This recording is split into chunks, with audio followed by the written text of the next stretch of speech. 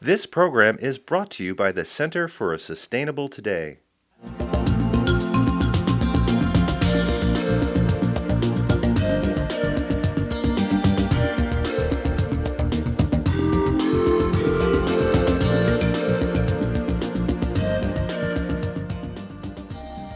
Our world is an amazing, complex living organism, and we coexist in a symbiotic relationship.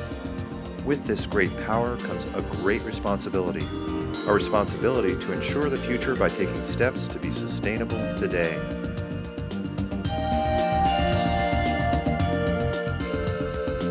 And now here are the hosts of Sustainable Today, Darcy Hitchcock and Marcia Willard. Hi everyone, thanks for joining us once again as we all explore what it means to be more sustainable both at home and at work. Thanks so much for joining us. I'm Darcy Hitchcock. And I'm Marcia Willard, and today our show is about solar energy, and we have with us Christopher Diamond, who's a senior energy analyst from the Oregon Department of Energy. Welcome, Christopher. Glad to have you here. Thank you very much.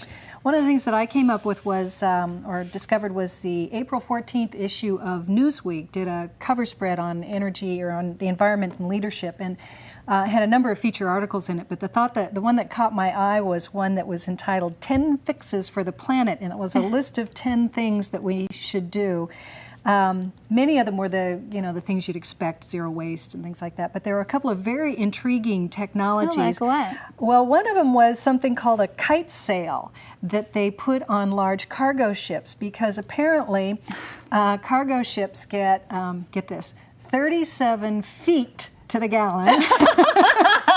And you know how big the ocean is, so yeah, that's a lot of fuel. But they have these huge sails that they put out on the front of the ship, and when I say huge, it's like some of them the size of football fields. Wow! And they can get 20% increase in 20% engine power. Yeah, so they're That's floating these amazing. big sails out in front of these power boats. It seems like doing sustainability has a lot to do with going back to the old way, doesn't it? Well, And moving forward by going backwards in some ways. In some ways. There were some other things in the article, like, solar power, and we'll talk about later, and electric cars and things like that. Well, you talk about electric cars. I saw this wonderful article in Businessweek about this Israeli entrepreneur who he used to work for SAP, and he decided that they should start promoting electric cars in Israel to solve this war problem that obviously they've been dealing with oil, funds terrorism and all that. So he wanted to fix that problem.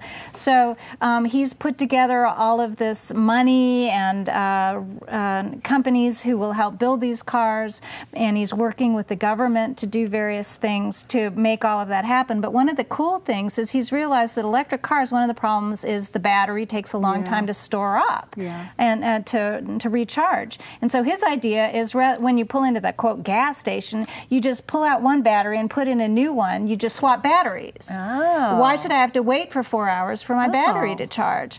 And so the Israeli government is putting in tax policy to encourage this to happen, and they want to make this happen for all of Israel, and then they're looking at other countries too. What a great business model. Yeah. Well, now, compare that to what's happening here in the States, and I saw an article in the Oregonian just a few days ago about Bush has finally come out with a stand on greenhouse gas reductions, and his position is that we should start reducing greenhouse gases in 2025. Oh, how convenient. Yeah, so he thinks we can continue to increase our emissions until 2025, another 20, 15 years, and then start cutting. But fortunately, the House and the Senate are both considering more aggressive measures, probably leaning toward a cap and trade system that we've heard so much about, with the idea of cutting emissions by 70% somewhere around that time. So.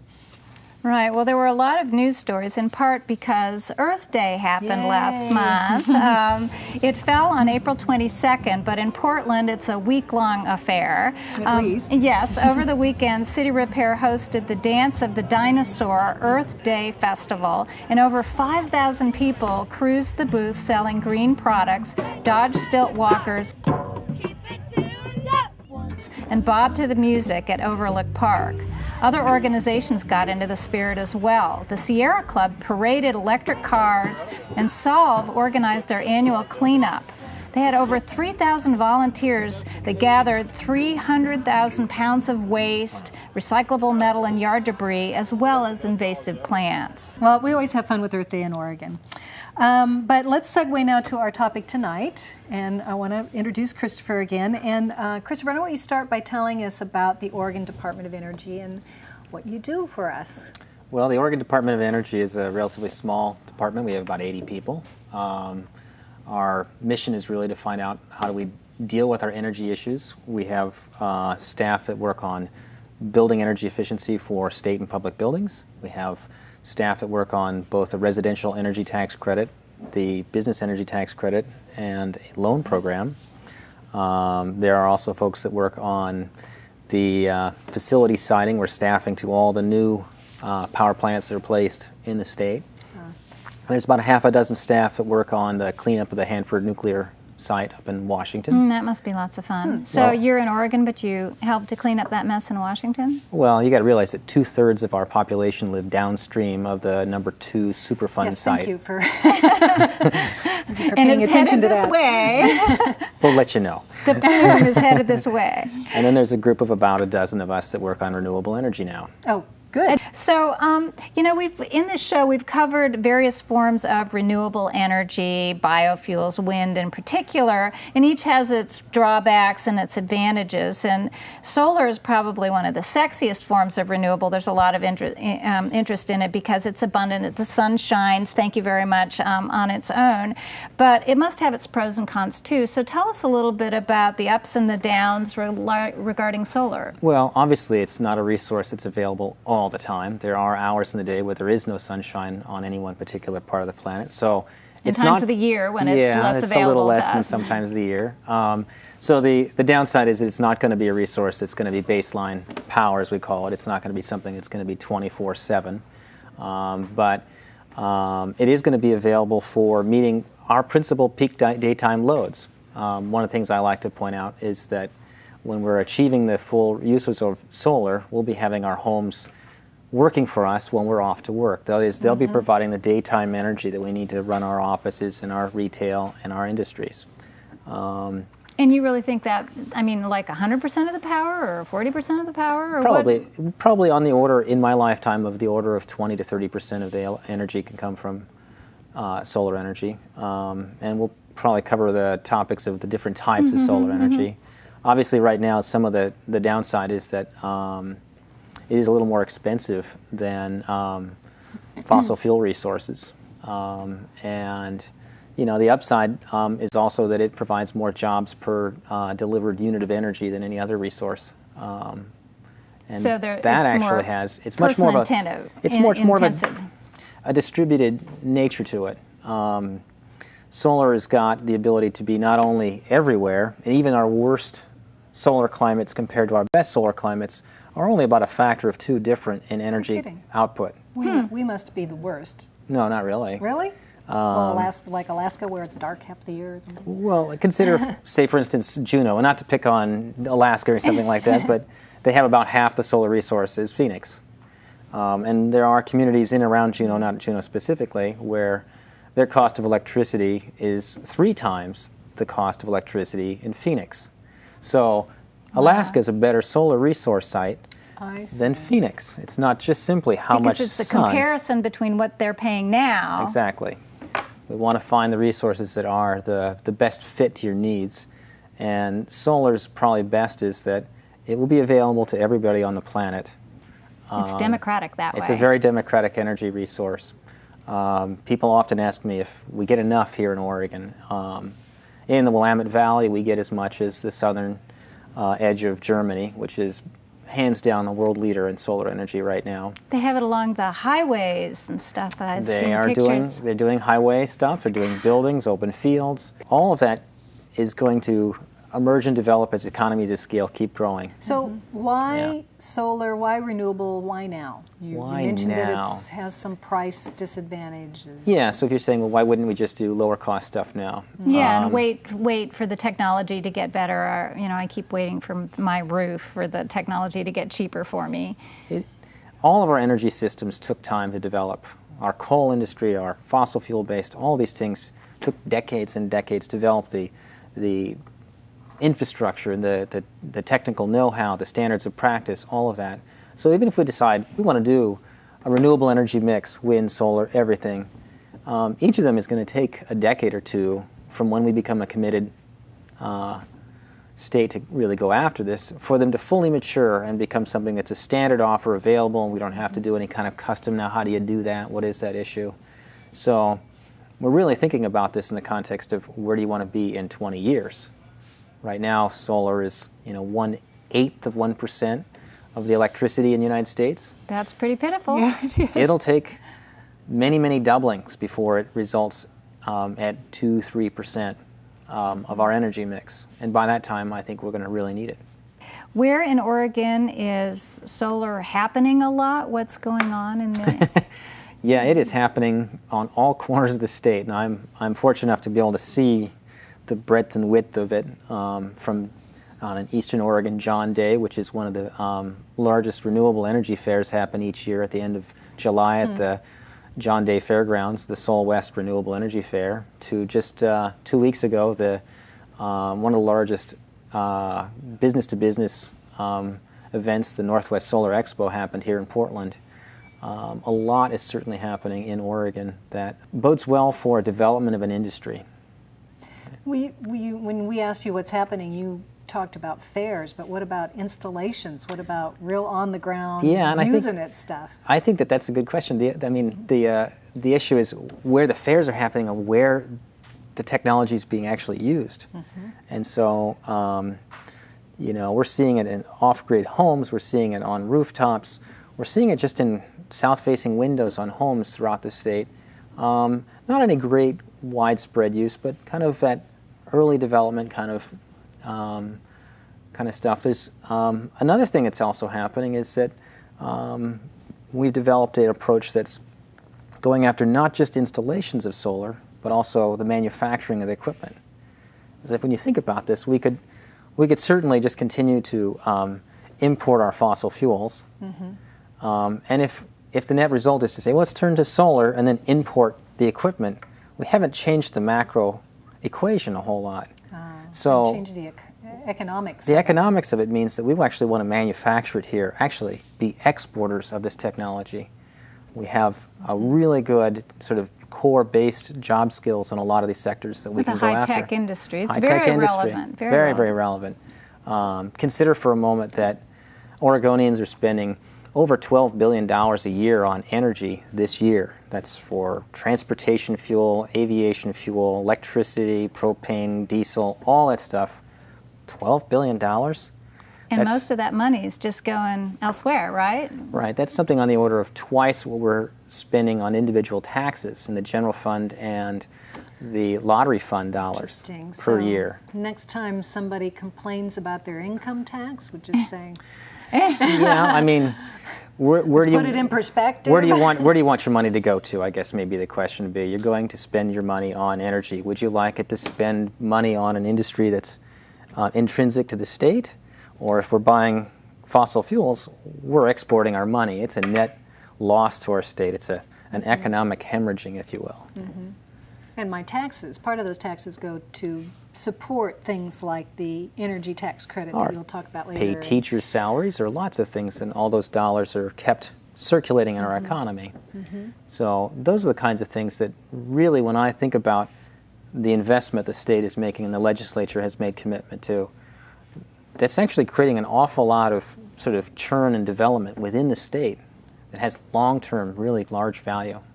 Well, you've just made a very complicated calculation, but now I understand that when I think about the cost implications of solar, it's not just my unit of output, what it's going to cost me to put a collector on my roof, but there are the implications about how much that compares to the rate of electricity I'm getting otherwise, and where that electricity is coming from, and where my dollars go when I pay for it, and how many jobs you created here as a result of it. Interesting. Now, one of the controversial things about solar, I've heard some people say that, you know, the amount of energy it takes to make a solar panel is the same that you would get out of it. Is that true? Has it ever been true? Is that still true? Where will we get the energy to make all these solar panels if we really want to ramp up to 20 to 30%? Certainly in the labs 20 years ago that might have been the case. Right now there's been lots of studies to look at this. It's a pretty important question. The average solar electric module or photovoltaic module would say it takes 2 to 4 years to return the energy that it took to make it. Half of that, 2 years of it, is just in the aluminum frame and substructure that supports it. And so there's really only about 2 years of a mature technology worth of energy. And then after that, you're basically free sailing, pulling energy out of the sun, right? Right. For how long? Well, the warranties on photovoltaics are 25 years for performance. There's equipment in the field that's installed 30 years ago. It's still producing power. I have some modules that I installed in a little place in the coast some 25 years ago, and they're still producing power. So a good long time. It's fundamentally glass and high-grade silicon. So Glass doesn't wear out, does it? Doesn't wear out. It's going to have a very long life. Things with moving parts are a higher risk than some of these technologies. And how does solar compare in growth worldwide to wind? I've heard it's getting pretty big. I heard that wind used to be the biggest one. Where are we now with? Yeah, I think solar may have passed wind 1 year or another. It's they're kind of doing this back and forth, but. So it's like General Motors and Toyota. They're vying for the first time. Something on the order of Toyota. something on the order of 35% growth per year. Wow, that's a sweet business to be in. You know, if you want to be making money, that's yeah. I mean, ultimately, it's going to be focused on a very low cost, high volume kind of approach. It's not going to be a high margin product like Pentium chips or something like that. We are talking about a resource that has to have lowest cost to give its best value. Well, it sounds like you could take that aluminum frame off and. Well, yeah, there's a possibility of that. I mean, how close to the China price are we getting? Because we need to get China off of coal. yeah, that's a good question. Getting China off coal will probably happen when we get to a substantial lower cost. So we still have a ways to go for that. Yeah, Right. and it depends a fair bit on which of the solar flavors, if you will, we're talking about. There's passive solar and daylighting. There's solar water heating or water preheating, and there's solar electric, and each one has its own technological niche. Well, I think we'll be looking into some of that as talking about that in the next segment here. Of course, the growth in solar turns on awareness and education. The Bonneville Environmental Foundation wants to start young. They, along with the Energy Trust of Oregon, have funded a unique program for kids. Gordon Westfall takes us to an elementary school in Portland where the kids get and give their lessons firsthand. What happens is when the red sunlight hits the solar panel, it contributes to these wires that hits the engine, and the engine hits the wheel that makes it move. So we're here at the Sunnyside Environmental School in Portland, Oregon, talking with the Randy Batchelor from the Bonneville Environmental Foundation. Thanks for being here, Randy. Yeah, and thanks for coming out, Gordon. Oh, appreciate it. We're going to talk a little bit about the Solar for Schools program with you today. The purpose of the program is about educating students, about inspiring students. It's about giving teachers the tools that inspire them. These teachers can use the solar panels and the educational materials that we're providing to show kids what's possible and what's going to be the future for energy in this country. We decided that Sunnyside Environmental School was an excellent project. They had outlined a number of programs that they wanted to implement here at the school that would enhance solar education. And so we selected them to participate in the program and to receive a grant, which is provided both through our Green Tags program and some funding from Portland General Electric and Energy Trust of Oregon. Green Tags, and that's a program with carbon offsets? Or? Yeah, Green Tags are a way of offsetting your carbon emissions associated with electricity use at home, driving your car, natural gas usage, any of these things that we do in our day-to-day life that emit carbon. Obviously, the environmental school is a great place to do this because of all the other environmental programs that they have going on here, and we really like to think about solar panels as just part of the solution, and it's really part of a bigger picture. And so incorporating the solar panels into education about energy and about the environment and conservation of natural resources. This is a 1 kilowatt solar project, which is a relatively small scale system, mostly for demonstration purposes and for education. It's gonna power a small percentage of the school's electricity bill, but a system this size could potentially power about half of an energy efficient home's energy use. There's been a number of hurdles getting this project installed, from going through the permitting process and working with the Portland Public Schools to figure out roof penetrations and other technical considerations, engineering, working with the architects at Portland Public Schools to determine where we should place the project. And those are actually a number of the barriers that we're to renewable energy that we're kind of trying to work through with this program. So it's about educating the students. It's also about working with the facilities folks, the administrators at both the school and the school district level, and educating them about how solar works, and informing them about the technical considerations that are involved in installing a project like this.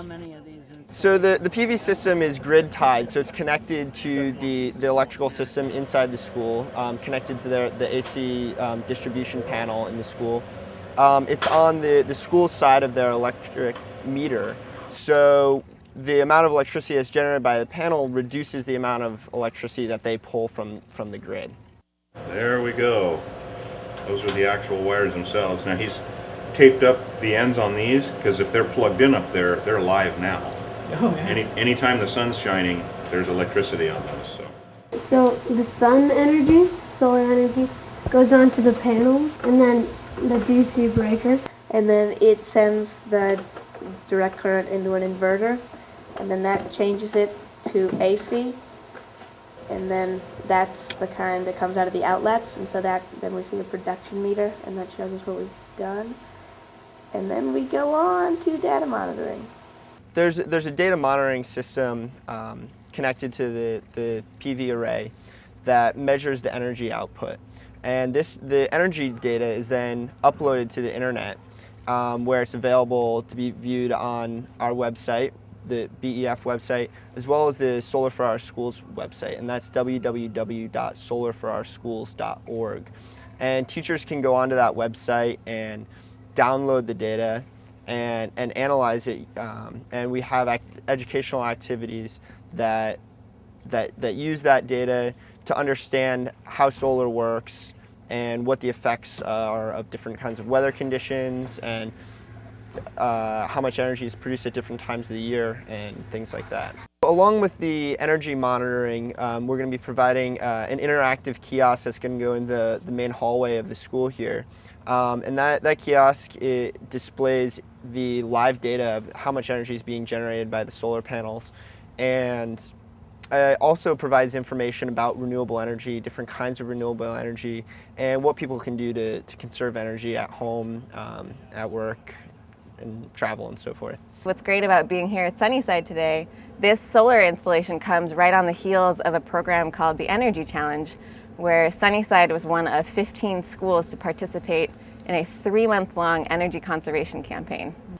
Both of the 5th grade classes, they saved energy. We saved over $500 for going around the school and auditing and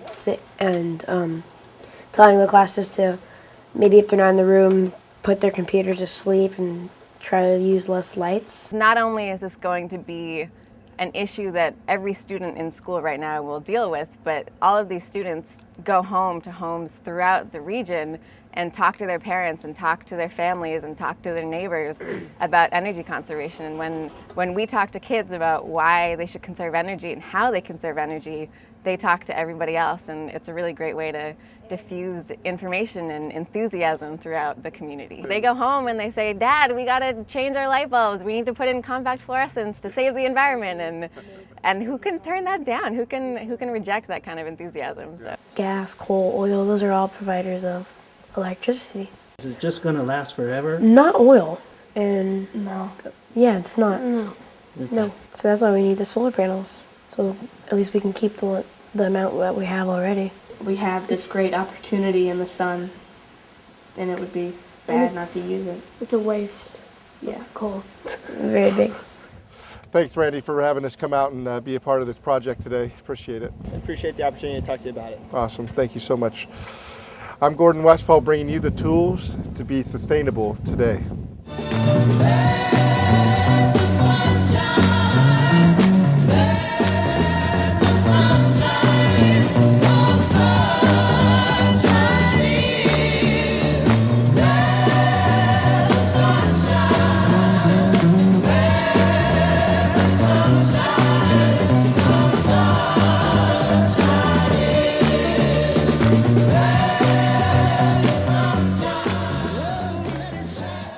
Christopher, just before we broke for that video, you were talking about the 3 flavors of solar. I'm real curious to have you explain the technology and how it works, and what are those 3 flavors? Yeah, well, my background is building systems engineering, and so really when I look at solar, I think of it as 3 very different technologies, and they're as different as coal is from nuclear power.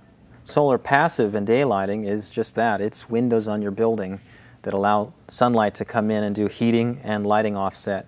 Some very simple things you can do to make your house reduce its energy consumption by 20%, while at the same time making it a more tempered environment, bringing in natural daylight, which is very important to our physical being, and you know, adding value to your house. I think that's a big part of doing passive solar. So that's something that doesn't cost anything, but I have to think of it up front in the design of... You really have to think about it to get, you could add it on afterwards, But boy, is but that it expensive. would be difficult. So early Lift on, your house up and Turn my house 90 degrees. You don't mind, do you? rotate your Yeah. house, and what you end up with is, if you put half your windows on the south side, choose the right kind of glass, have a little more thermal storage or mass, typically concrete or something else that holds the heat in, having a little bit of overhang so you don't overheat. In the summer. In the summer, you get a 20% reduction in your energy bill, and the state has up to a $1,500 state tax credit for these measures. Oh. That's great. And there's no working parts, you know, you just have the Life- windows and the sun comes in and... Life of the building. Yeah, absolutely. We have a little sunroom off of our house that we build in, and during the spring and fall, it heats the house. It's just great. It's just about, I don't know, 8 by 12, but it generates a lot of heat. So when you think about that in that kind of macroeconomic, you say the state provides $1,500 to offset to your taxes. But what you've just done is you've captured an energy that you would have spent anyways, would have been shipped largely out of state, and you've left it in your buildings for 150 years. Wow, that's great. It's worth every penny. So passive solar is one. Okay. What's the other? The other is solar water heating, and we've seen those. They're typically 4 foot by 8 foot, or maybe a little larger.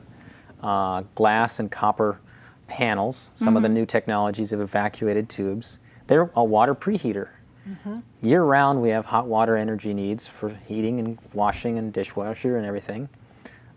That's the second largest heating bill or energy bill in your house. Hot water. Hot water heating is very large. And in some industrial processes, it's a big deal too. They may have boilers and that sort of thing. I True. think there's some great examples where people have been preheating the cold water that comes out of their pipes up Exactly. to 90 degrees or something, and then it doesn't take that much more to get it up to boiling or So you can steam. cut your water heating bill by 60, 70%. Aye. Right? It is a a lot. preheating system. You still have your backup so you don't Not lose. warm enough to shower right out of the Oh, tube. it'll be 180 degrees in the summertime, but in the wintertime, if Yeah. you're relying on that, you'll When be I want a taking hot shower. cold showers. So what we're really talking about is an annual number. Yeah. I mean, one of the really interesting things about solar water heating is that here in the Willamette Valley, a solar water heater, an average system, will will save more energy than an average system in Florida. Interestingly enough, because their water is warmer to start with, they have less work to do.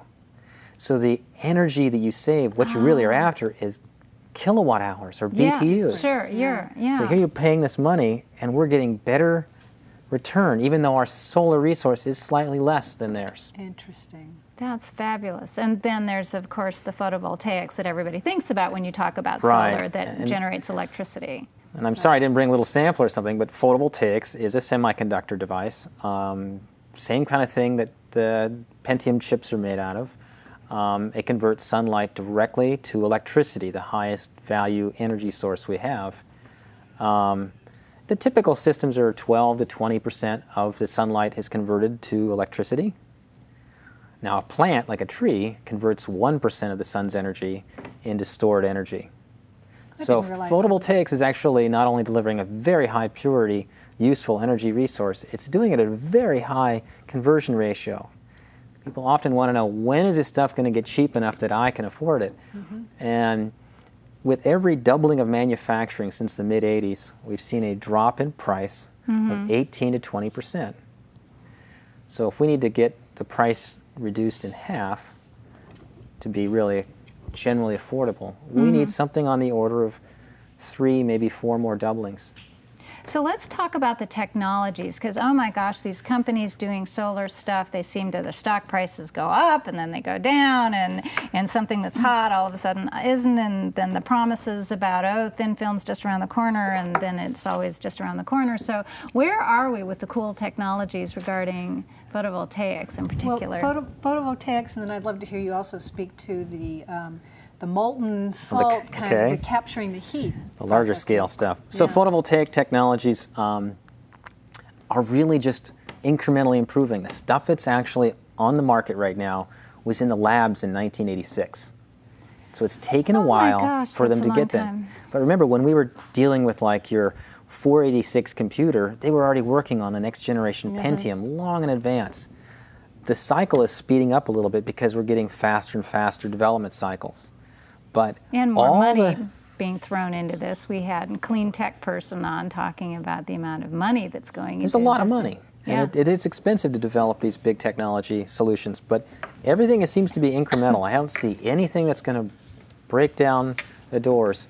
A lot of people want to know this because they think, I'll just wait a few more years and something great will happen. Well, when it does, our incentives will be less because we can't afford as a state or as the feds to provide the incentives to everybody. It's for the early adopters to get the market going. That's so really, don't wait, it'll cost me just as much later. Yeah, essentially, the incentives are essentially levelizing the cost so that it's the same cost here as it will be in 15 years.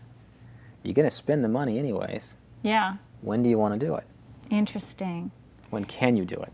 And now there are these new business models where somebody else will come in and install the solar and pay for it, and then I buy my energy from them, right? I've seen some of that. Kind of like a utility. One-off utility. And that's a new model, something new on the field. It works very well in California. It's a model that's working in the United States more than the rest of the world, largely because much of the incentives are driven by tax dollars, which means you have to have some kind of an equity partner that's got tax liability. Whereas in Europe and Japan and elsewhere, they're paying by production. The more you produce, the larger the incentive. And it's an intriguing model because it really doesn't mean you have to make the capital investment yourself. Which is such a barrier for, I think, homeowners. It's less of an issue for business. They're more used to making big investments. But for a homeowner to put out, 10 grand or something to put stuff on their roof, that's a lot of money for a lot of people. Right. What's really driving the market worldwide, though, is a production-based incentive so that it's paying you a premium for the energy. Right. And enables you to go to a bank and say, I'm going to put solar on my roof. Would you loan me money? And they'd say, oh, yeah, well, I didn't know you can repay it. Here's your loan. And all of a sudden, that barrier is eliminated just by the mechanism of the way the incentive is delivered. Interesting. So let's talk about these large-scale things that Marcia brought up. Everything up to now has been this distributed model. Very distributed, but, our model in this country for energy is concentrated. Yeah, large-scale, utility scale is kind of what we usually think of. Power plant size, though, has honestly been dropping from 1,000 megawatts to 500 megawatts to 200, and it's getting smaller. So why?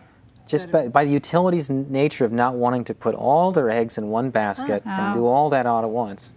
And just the economies are now able to do smaller. But there is central station solar, and one of the ones we talked about briefly was the idea of having molten salt heated during the daytime. One of the values of this is that in the very sunny southwest, you've got this big pool of heat that can last several hours. And so then you end up with the production of the energy lasting a little while longer than after the sun goes down. And that's really valued because the solar provides power and energy during the middle of the day. If you can make it stretch out just a few hours, it means you don't have to run a peaking power plant. Think about it. When we buy power from utility, they've got a couple of power plants that they had to pay for, but they only get to run 100, 200 hours a year just to hit that peak. Right. What about solar using reflectors to, make the rays, to concentrate the rays and heat things? In Germany, Japan, and France and Spain are really not concentrating so much as it is just very large array photovoltaics. Because of their known durability, lasting ability, they do have them track with the sun, so they want to extend the hours that are available. But trying to concentrate something creates a real mechanical challenge, which is otherwise eliminated by the simplicity of window panes that generate electricity. It actually sounds like there are 4 flavors in your mix. The passive solar, solar hot water, distributed energy photovoltaics, and large scale stuff. And it sounds which would you say is the best investment for us in the short term? The one we haven't yet mentioned. Oh. Which is actually solar heating for your pools, your swimming pools. Now, I'm not advocating for you to rush out and buy a swimming pool just so you can save energy. That would be silly, wouldn't it? But they're actually the best bang for your buck. Followed probably by either if you're building a new home to do passive solar or solar water heating. But the incentives are structured right now, state, federal, and sometimes utility, so that your options compare pretty well with all the efficiency conservation measures. So now your decision is not really based so much on what's the best bang for the buck, but what fits my needs best, what fits my pocketbook, my availability, and such the best. Well, that was a good summary for us. I think I know what to do to my house. Well, we want to take you to a business spotlight now. Solar installations continue to happen at a record pace in Oregon, even though we have the reputation where the sun doesn't shine. Mr. Sun Solar's owner has seen a lot of changes in the industry since he started installing solar systems way back in 1980. There have been a lot of changes in the industry overall, too. So today we have 2 reports on our Business Spotlight segment, and we're going to begin with Phil Jefferson, who takes us to Mr. Sun's biggest installation to date. Here comes the sun, doo-doo-doo. Here comes the sun, I say it's all right. We're here at the First Street Veterinary Hospital in Lake Oswego. I'm here with Dr. Julie Cruz. Thanks for being here with us today. Thank you. Tell us how you came to install this system here today. Well, we decided to do it while we were buying the practice so we could incorporate it in with our mortgage system. And, it's just good for the environment. That was the main reason. And we should be able to get at least 40 to 50% of our total electrical costs through this system, which will be a savings over time. Basically, Mr. Sun Solar had helped us to determine that based on his experience. When we are producing more electricity than we're using, the meter will be running backwards and we'll be selling that to PGE.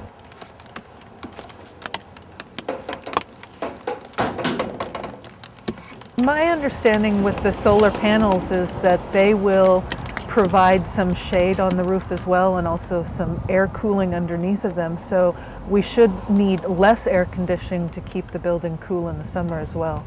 We're up here on the roof. We're installing a system today. with John Patterson and Mr. Sun Solar. Thanks for coming out today, John. You're welcome. So John, tell me a little bit about the system you're installing today. We're installing a photovoltaic system that is a large commercial size system, 11.5 kilowatts. This system will produce about 40 kilowatt hours per day. Now that is roughly equivalent to the amount of electricity that a couple of energy efficient homes use. As far as the percentage of the electricity that this particular building uses, I would imagine it's in the neighborhood of a third to a half. Mr. Sun started in the solar business in 1980. We started out, I was building homes in the late 70s, and I put a solar water heating system on my own home in 1979, and I was really impressed with how well that worked. And so in 1980 I started specializing in solar. That's how I got into the business. We've done about 2,000 projects over the last 28 years. So that's 2 to 3 projects a week, every week for that many years. Our early projects were mostly solar, passive solar home design, consultation with builders, and even some construction, solar water heating and solar pool heating. And then in 1992, we started to get into photovoltaic systems when that became popular in the urban areas. Photovoltaic systems installation started out in the off-grid world, at backwoods cabins and things like that, outer space, places like that. But when the advent of the grid tie inverter, where the photovoltaic panels, the electricity from this array can feed directly into the customer's utility panel and back feed into the grid even if they aren't using all the power this produces, that is when solar photovoltaic systems started becoming popular. Think about what has happened in the solar industry over the past 30 years. We see an evolution from complex to simple. That would be the most noteworthy progress, I would say. Old solar water heaters were, they had 15 to 20 working parts, and solar water heaters of today have 3 or 4. Photovoltaic systems, in the early days, they all had to be hardwired together in conduit, very, very time-consuming, tedious work. Now they plug together with quick connect cables that are weather tight. Grounding used to be something that had to be attached to each and every module. You spent a lot of time running ground wire, looping it around through all the modules on the underside. And now there's racking systems where as the module is placed on the rack, it becomes grounded, and then you just ground the rack itself. So a lot of labor-saving devices. As far as the photovoltaic module goes, there's been a steady, concerted effort to increase the efficiency, and there's been some success there. 15 years ago, when I did my first systems, modules were on the order of 12% efficient, and today the most efficient modules are at 20% efficiency. So we've almost doubled in 15 years. Gonna fit? Gonna fit. Yeah. Each roof represents a different challenge. Many residential roofs, which are composition roofs, there's a lot of similarity between those. But any kind of flat roof, like on a commercial building like this, we have to know what's underneath. We have to tie our mounting brackets to a structural member so that in high winds it doesn't lift off. And we have to know that the structure will support the weight that we're adding to the roof. So generally on a commercial building, we're going to need to have that engineered. The biggest surprise was the amount of time it took. It did take, we started this project in July last year with getting the permits and such ready, and it's taken us now till April to get them finally being installed. We had a structural engineer design our racking system for this building. It's got an older roof with a little unconventional structural system, and so we had to create trusses of our own, which we built out of aluminum, that spread the weight of the solar panels uniformly across the entire roof. We fabricated all of these aluminum trusses that you see in the background. The collectors are being installed more or less flat to the roof. There is a slight pitch in order to facilitate water draining off of the face of the collectors. But the reason that they are not tipped up at an angle to the south is that the city of Lake Oswego did not want the collectors to rise above the existing roof line. So since it is a flat roof with a parapet wall around the perimeter, we had to keep the profile low and not sticking above that. We lose about 10% of our annual energy yield by not being tilted up at an angle to the south. But a lot of people think that's worth it for aesthetics, and if you do lift it up, then you've got more of a chance the wind can get a hold of it. You have to do wind engineering on the structure, and this has a lot of advantages. Really, a low profile, unobtrusive, and no wind loading, or less wind loading. And generally, we're having to design to meet 110-mile-an-hour winds. Photovoltaic modules are very, very durable. They can withstand hailstones, tree limbs, golf balls. They're in places like on beacons out in the ocean and on top of the Alps and out in outer space. They're very, very sturdy. In fact, they're guaranteed for 25 years. Very few products carry that kind of a guarantee. Even though Oregon is rainy and cloudy much of the year, or half the year, there is still solar output. There will still be some output there. Summer months and sunnier climates would be better, but we'll still be able to produce some in the winter. Hopefully our weather will be sunny soon. I'm going to be out watching my meter run backwards. The popularity of harnessing the sun's power is reaching a new threshold where there are more business opportunities in the solar industry than ever before in the areas of component engineering, manufacturing, and solar installing. The Oregon Solar Energy Industry Association was formed to promote and support the solar industry. Gordon Westfall visited OSEA's Trade Expo at the Oregon Convention Center and visited many of the key distributors, manufacturers, and installers working in the industry today. We're here at the Solar Expo here in Portland, Oregon, and we're talking with Joe Reinhardt with OSEA. Let me know a little bit about what OSEA is and what their function is here. Well, OSEA is a not-for-profit trade association with the vast majority of our members being for-profit businesses. Small businesses, 2 and 3 people, as well as businesses that have employees of several hundred people and operations around the world. And our mission is to advocate on behalf of our members the merits of solar energy, and specifically solar energy within the state of Oregon. And we advocate to public, industrial, as well as community policymakers. And we just believe that being informed allows policymakers as well as consumers to be able to make good choices relative to energy decisions. What are you trying to achieve here, the ultimate outcome here? I think education is a very important element of it, particularly as it relates to this part of the expo where it's primarily consumer oriented. And also just to reach out and help our businesses be able to identify customers, because let's face it, for the solar industry to be successful, we have to have successful, profitable businesses. And this fair here gives people the chance to identify potential customers and educate customers relative to the value of solar. OSEA is also very involved in training. In fact, the last 2.5 days we trained over 250 professionals in the solar industry.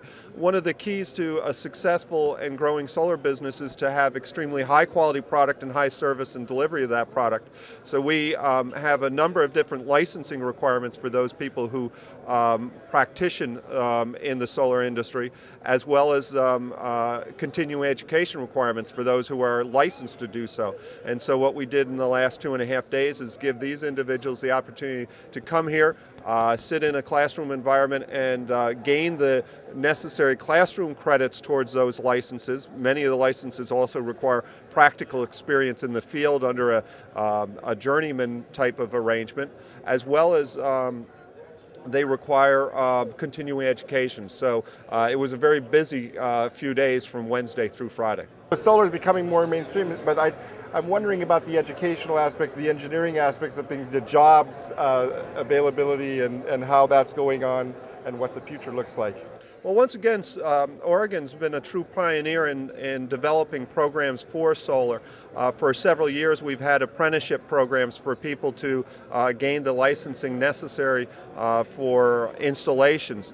The other challenge that we have, of course, is one that's similarly faced in the electronics and semiconductor area, and that is we need to graduate more engineers to be able to design these products and to run these very sophisticated manufacturing facilities. The demand in the industry is far exceeding the supply, not only of things like the solar modules, but also of companies that are capable of doing the design and installation. So there's a real need for us to attract a new crop of electrical contractors, roofers, HVAC, general contractors to learn photovoltaics so that they can do the design and installation for the customers, both residential and commercial, that have a demand for this technology. Solar World, which is facilitating a plant in Hillsboro, Oregon, will be employing a considerable number of employees, and these are all very high-paying, high-skilled technical jobs. That's what's really good about the state of Oregon and the type of programs that they've already put in place. You look at what Portland State has done, you look at what the Oregon university system has done. The Oregon University, Oregon State, PCC, these are institutions that have already embraced the semiconductor industry, and it's a very simple matter for us to take some of those courses, some of those classes, and change them slightly, and they'll fit perfectly into our industry and perfectly into the things that we need to get accomplished. What we'll do in the initial ramp will be at about 350 jobs, and that'll grow to 500. Ultimately, we'll probably be up in around 1,000 jobs out there at that facility. To me, this is a wonderful opportunity for us to maybe make a little dent against that balance of payment issue when we look at our global trade issues. And we have some wonderful manufacturers and wonderful opportunities to grow our manufacturing employment base as well as grow our export business. This has been a great 2 days. About 4,000 people have been enjoying these wonderful workshops and lectures and checking out some of the local businesses here that are making a difference in our community. So we're bringing you the tools to be sustainable today.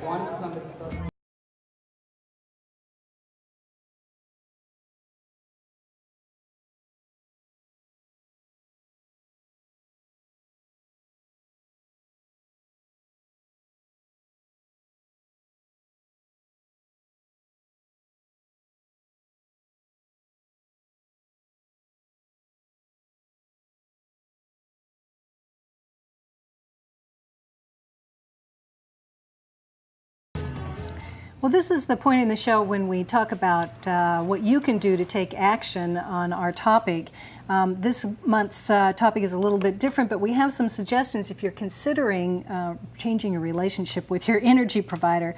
One of the things that you can do is that you can visit the Oregon Department of Energy's website, where they have a list of contractors, and you might want to invite someone out to do a site assessment for your property to see if it's suitable for solar. And then from there you can think about some of the passive solar strategies that we talked about, putting masts in front of big windows to collect solar gain during the day. There's always conservation. Using less energy is always a good idea. And think about some of the hot water solar technologies, because it's been around for decades, it's very trusted, it's very cost effective. If you're a business, you could do the same thing. Solar hot water in a business is a good way to augment some of your industrial processes or your hot water needs for cleaning and for dishwashing and things like that for restaurants. It might be more effective for you to consider as a business the photovoltaic systems because of the tax credits available. So visiting the website again for the Oregon Department of Energy to find out about the business energy tax credits could be well worth your while. And Christopher, what about some resources that people might go to? We mentioned your website. Right. And so we've got our website, which is the oregon.gov/energy. The Energy Trust, which is the nonprofit that administers funds for PGE and Pacific Power and some of the natural gas companies, would be energytrust.org. There's the University of Oregon's Solar Radiation Monitoring Laboratory. Ooh, that sounds cool. Where's that? What do they do? They have 30 years of climate record and some of the best site assessment and evaluation of solar So out I could there. look up where my location is and get a sense for how many days of sunshine kind of thing? They can help you with that. The Oregon Solar Energy Industry Association, OSEIA.org. Okay. OSEIA, yeah. Okay. They've got a list of member companies that are providing services and such. And how do I find out information about the federal tax credits? Where do I find that? Probably the best resource to do that is the DSIRE.org. I think it is DSIRE. Desire? Desire USA. Maybe it's just Desire. It's a database of all the state and federal incentives, and it's hosted by the Interstate Renewable Energy Council, and it's got a great listing of, if you're not just in Oregon, but of all of them throughout the nation. And you know that the key thing to think about is that solar's, if you're looking for something and your criteria is I want it to be cheaper than coal, you're probably not thinking correctly. You're really thinking about an option here that is essentially saying, I would like to make a forward contract for my energy for 20 years and be willing to pay for it up front. I want the asset. I want the value of that. So when you say cost effective, does that mean I want it to actually be cheaper than coal? Well, that's it's fascinating to hear you talk about how much things have changed and that we're now pretty much at a parity. And you mentioned California. So what are their studies showing in terms of if I put a solar array on my house, that increases the value of my house by how much? Well, conservatively, it would be 20 times the annual energy savings. So if you save wow. $300 a year, that's a $6,000 addition to your house. Every year? No, just simply that's the resale value. The resale. But there's some other stuff I saw just recently that was showing that it was more than twice that, and it's hard to say how much of that is really lasting long term. But the American Assessors Association would say that's a 20 times the energy value, and so that actually gives you something you can kind of use as a metric. That's only going to get better as people get more aware of, looking for features like this in the homes they buy. And the other thing is fuel prices are going to continue to go up, and so you may be paying a teeny bit more now, but in a few years, look at what's happened to oil and gasoline. That's really exploding. Yeah. Well, Christopher, it's been great having you on the program. Thank you so much. It's been so interesting to hear what's been happening. All right. So thank you for joining us. Have a good evening. Thanks. Thank you. There's a big, beautiful planet in the sky. It's my home. It's where I live. You and many others live here too. The earth is our home. It's where we live. We can feel the power of the noonday sun, a blazing ball of fire up above, shining light and warmth enough for everyone, a gift to every nation from a star. There's a big, beautiful planet in the sky. It's my home, it's where I live.